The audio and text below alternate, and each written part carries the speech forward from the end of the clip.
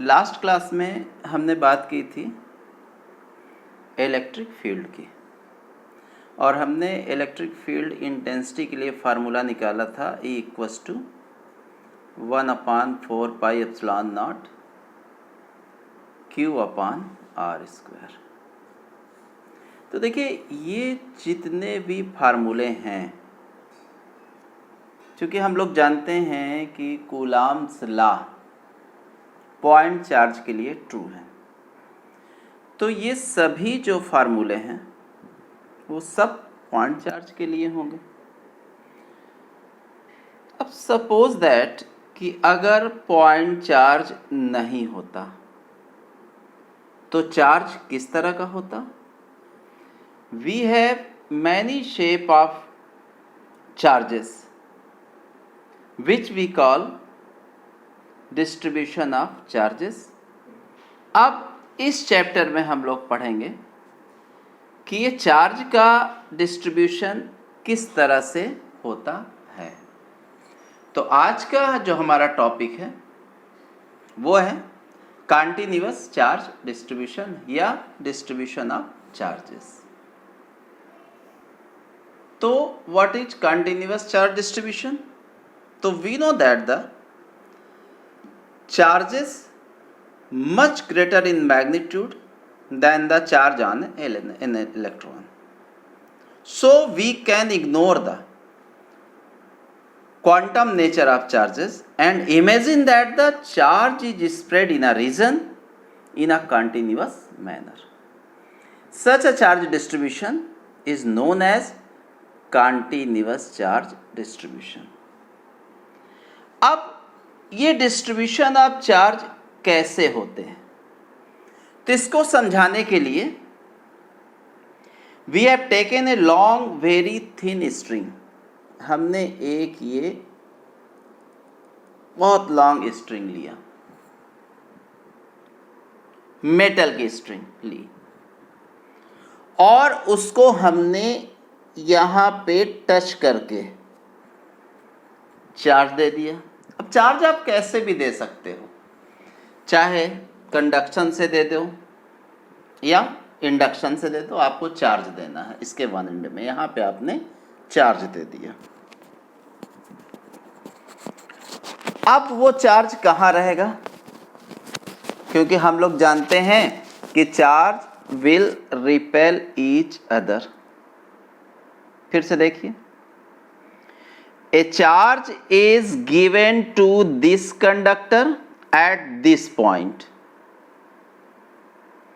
The charge will always repel with each other, and this is a conductor which will allow charge to move. So the charge move करके कहाँ जाएगा? It wants to go away from other charges. लेकिन अगर सारे charge नीचे आ जाएंगे, so these charge will move it back. तो charge कहाँ रहेंगे? उन सब में एक टसन चालू हो जाती है, लड़ाई। And finally what happen? They distribute themselves with equal distance. इस तरह से सभी एक दूसरे से इक्वल डिस्टेंस पे डिस्ट्रीब्यूट हो जाते हैं। सभी के सभी जितने भी चार्ज हम देंगे भाई, सब एक दूसरे को रिपल करेंगे, ऊपर नीचे जाएंगे, लेकिन थोड़ी देर बाद हम देखते हैं कि ये सभी के सभी चार्जेस इक्वल डिस्टेंस पे डिस्ट्रीब्यूट हो जाएंगे। इन सब ने अपने आप को इस तरह से डिस्ट्रीब्यूट कर लिया। अब इसमें स्पेशल क्या है? इसमें स्पेशल यह है कि सभी चार्ज में each charge the force is same. इन सभी चार्जों में जो फोर्स कौन सा लग रहा है? रिपल्सन का। तो वो सभी जो फोर्स है वो सेम है। अगर फोर्स सेम नहीं होता, if the force is not same then there will be some net force, और उस नेट फोर्स के कारण वो मूव होने लगेंगे, चलेंगे। अब ये सब चार्ज जब यहां जाके रुक गए हैं तब हम ये कह सकते हैं, क्योंकि जो भी चार्ज है, इलेक्ट्रिक चार्ज है, वो सब रुके हुए हैं। रुके हुए का मतलब क्या होता है कि नेट फोर्स जीरो होगा। अगर नेट फोर्स जीरो नहीं होगा तो वो चलते होंगे। अब ये रुक गए, इसका सीधा सा मतलब नेट फोर्स इनका जीरो है। इसका मतलब क्या है? इसका मतलब है, नेट फोर्स जीरो होने का मतलब है कि सभी चार्ज, ये जितने भी चार्ज हैं, एक दूसरे पर इक्वल रिपल्सिव फोर्स लगा रहे हैं। अगर इक्वल नहीं लगाते तो ये चार्ज ऊपर नीचे जाते। अब ये चार्ज फाइनली यहां पे सेटल्ड है, इसका मतलब यहां पर नेट फोर्स क्या है? जीरो है। अब क्वेश्चन बनता है, why the charges distribute themselves in a conductor? See the answer, due to force of repulsion. How do they decide at what distance they should remain? तो इसका भी वही answer, they remain at the distance such that the net force on each charges same का मतलब net force is zero, then they set up। तो एक तो ये हो गया कि इस तरह से चार्ज का डिस्ट्रीब्यूशन होता है। तो यहां पे एक ही आंसर है, due to the repulsive force. वो अपने आप को ऐसे एडजस्ट कर लेते हैं कि सभी चार्ज एक दूसरे पर इक्वल फोर्स लगाते हैं, यानी नेट फोर्स जीरो होगा। पहला। अब एक एग्जाम्पल और ले लीजिए, जैसे मान लीजिए कोई एक बॉडी है, दिस इज ए कंडक्टर। अब हमने बोला हम इस बॉडी को अंदर चार्ज हमने दिया, लेकिन जब हम इसको मतलब मेजर करते हैं तो हम देखते हैं कि वो चार्ज अंदर ना होके इसके कहां पे आ जाता है? सरफेस पे। मान लीजिए हमने इस बॉडी को ड्रिल करके, होल करके इसके अंदर एक चार्ज रख लिया, अंदर दे दिया। अब चार्ज को हम कैसे मेजर करते हैं? चार्ज को हम कैसे देखते हैं कि कोई बॉडी चार्ज है या नहीं है? तो उसके लिए किसका यूज करते हैं? इलेक्ट्रोस्कोप का। अब हम यहां अंदर इलेक्ट्रोस्कोप से टच करते हैं तो हम देखते हैं वहां कोई चार्ज नहीं है, और जब हम बाहर इलेक्ट्रोस्कोप से यहां पे टच करते हैं इसके सरफेस पे, तो हम क्या देखते हैं? वहां चार्ज है। तो हमने चार्ज कहां दिया था? अंदर। वो चार्ज कहां आ गया? बाहर। बाहर आ गया ना। क्यों आ गया? Due to repulsive force. देखिए आगे जैसे जैसे चैप्टर में हम आगे बढ़ेंगे तो हम एक बात हमेशा कहेंगे कि ये चार्ज इस बॉडी के सरफेस पे डिस्ट्रीब्यूट है। तो वहां पे आपको ध्यान देना है कि ये किसके कारण हुआ? ड्यू टू रिपल्सिव फोर्स के कारण। क्योंकि यहाँ पे जब हमने इनको चार्ज दिया तो ये सभी चार्ज एक दूसरे को क्या करेंगे? रिपल करेंगे, और रिपल होने के बाद ये एक दूसरे से दूर जाएंगे। अब दूर, बाहर तो निकल नहीं जा सकते। बाहर क्या है? एयर। Air is insulator. तो वो क्या होंगे? उनके लिए आखिरी रास्ता कहां तक जाता है? सरफेस तक। तो वो अपने आप को इस सरफेस पे यूनिफॉर्मली डिस्ट्रीब्यूट कर लेंगे। तो इस तरह से चार्ज का डिस्ट्रीब्यूशन होता है।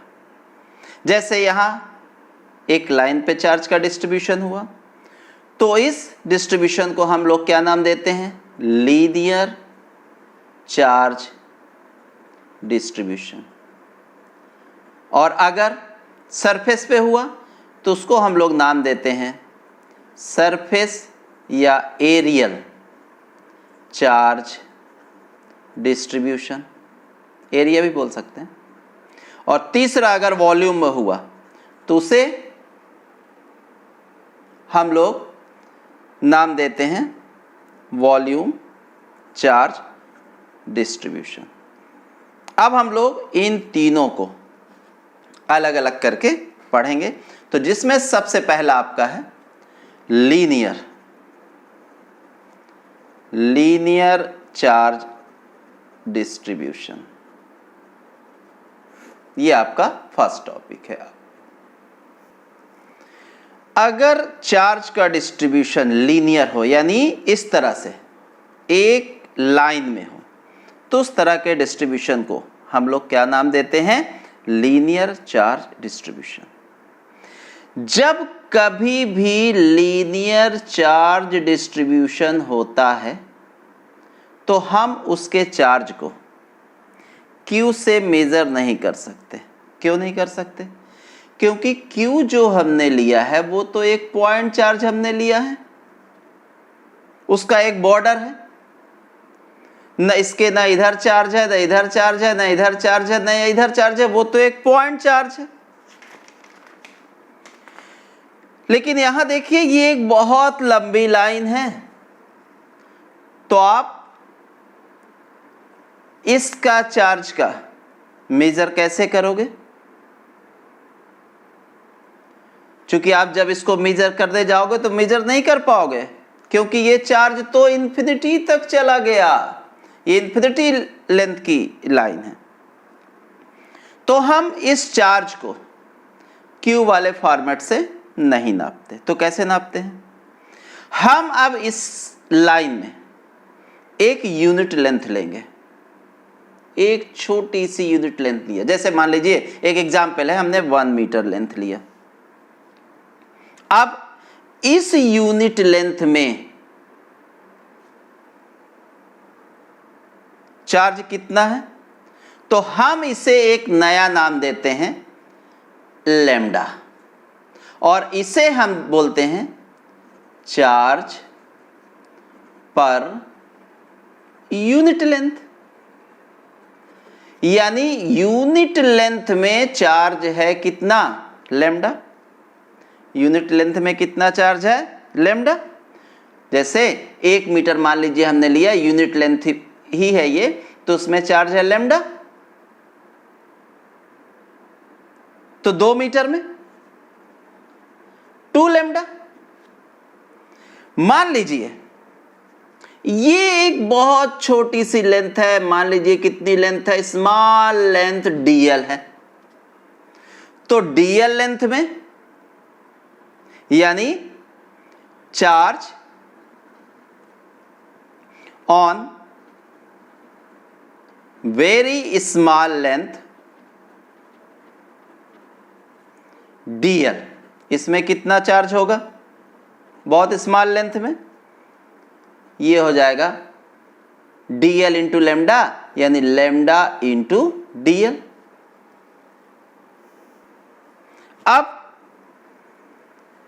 dl इतनी छोटी लेंथ है, बहुत स्मॉल, कि इसे हम पॉइंट मान सकते हैं। और अब हम देखिए ये पूरी लाइन में हम कूलम्स लॉ नहीं लगा सकते थे, क्योंकि वो पॉइंट चार्ज के लिए था। अब जैसे ही हमने स्मॉल लेंथ लिया, अब हम इसमें सभी वो रूल लगा सकते हैं जो हम पॉइंट चार्ज में लगाते हैं। जैसे मान लीजिए किसी ने कहा ये पूरी की पूरी लाइन, यहां पे एक हमने चार्ज रख दिया Q0, इस पे कितना फोर्स लगाती है? तो हम ये नहीं निकाल सकते। क्यों? क्योंकि हमारे पास जो फार्मूला है वो पॉइंट चार्ज का है।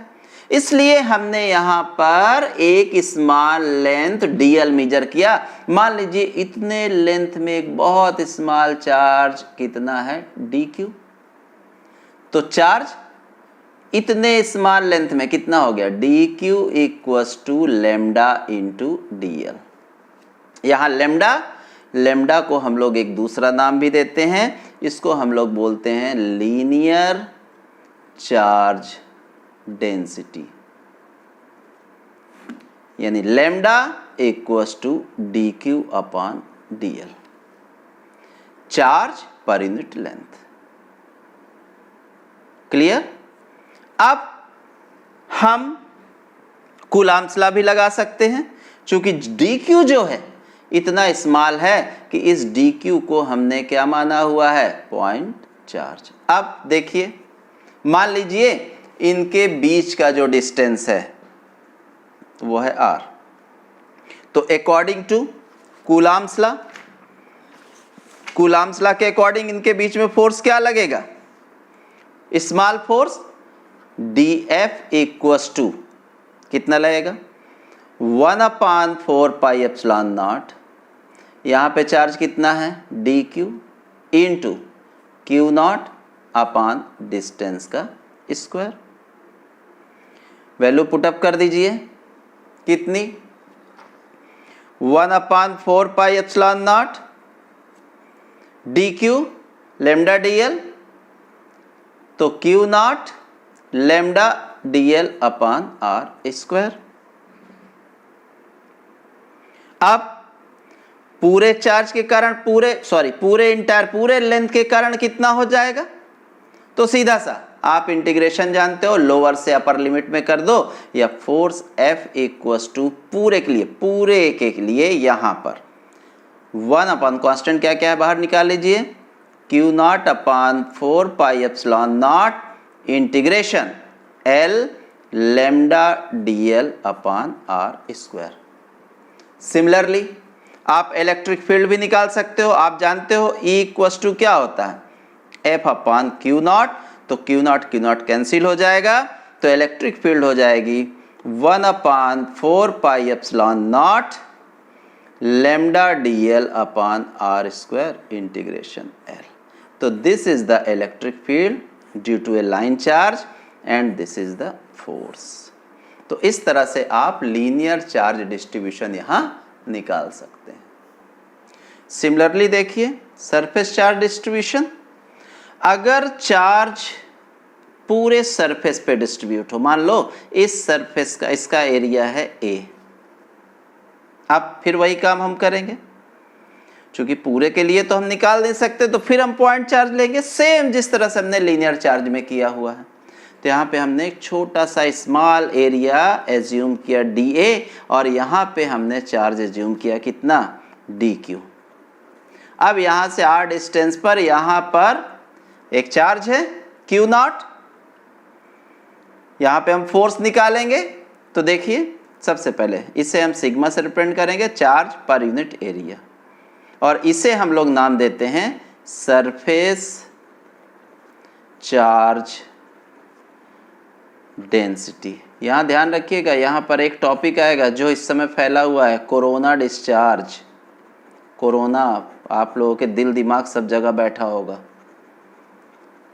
एक टॉपिक आता है जो इसी बेस पे है, इसी बेस पे ये टॉपिक बनेगा।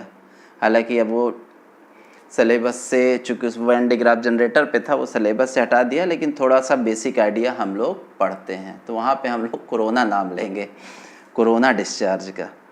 तो सेम देख लीजिए अब उसी तरह से, तो सिग्मा क्या हो गया, चार्ज पर यूनिट एरिया, तो sigma equals to dQ upon dA। अब देखिए कूलम्ब फोर्स लगा दीजिए इस dQ और Q नॉट का, dQ into Q not upon r square, इस dQ की वैल्यू रख दीजिए sigma dA upon r square, ये आपका फोर्स आ गया। और जब फोर्स आ गया, ये तो छोटे के लिए फोर्स था, स्मॉल के लिए, और पूरे के लिए आपने इसको इंटीग्रेट कर दिया, तो ये फोर्स आ गया। सिमिलरली आपकी इलेक्ट्रिक फील्ड आ गई। और सेम उसी तरह से आपको वॉल्यूम चार्ज डिस्ट्रीब्यूशन भी करना है।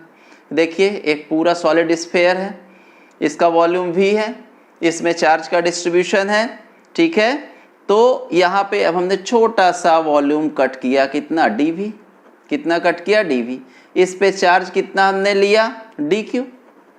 तो यहाँ से r डिस्टेंस पर Q नॉट चार्ज है, तो सेम रो क्या होगा, चार्ज पर यूनिट वॉल्यूम, इसे हम क्या नाम देते हैं, वॉल्यूम चार्ज डेंसिटी।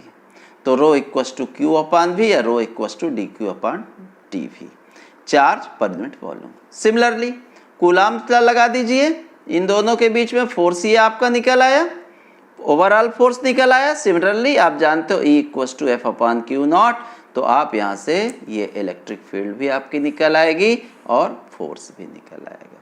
इसमें न्यूमेरिकल क्वेश्चंस बहुत अच्छे बनते हैं जो हम आपको नेक्स्ट क्लास में कराएंगे। स्पेशली लीनियर चार्ज डिस्ट्रीब्यूशन यानी लीनियर चार्ज डेंसिटी और सरफेस चार्ज डेंसिटी, ये दो तो आपको याद होने ही चाहिए बहुत अच्छे से। Lambda equals to Q upon L और sigma equals to Q upon A. ये आपके गॉस थ्योरम में बहुत सारे इसके एप्लीकेशंस आएंगे। अभी नेक्स्ट क्लास में भी हम इसके कुछ एक न्यूमेरिकल्स कराएंगे। तो इस तरह से चार्ज का डिस्ट्रीब्यूशन होता है। तो ध्यान रखिएगा, तीन तरह का distribution, linear charge, surface charge and volume charge distribution. Okay, next class में हम लोग इससे रिलेटेड कुछ एक न्यूमेरिकल क्वेश्चंस करेंगे अच्छे। Okay, thank you.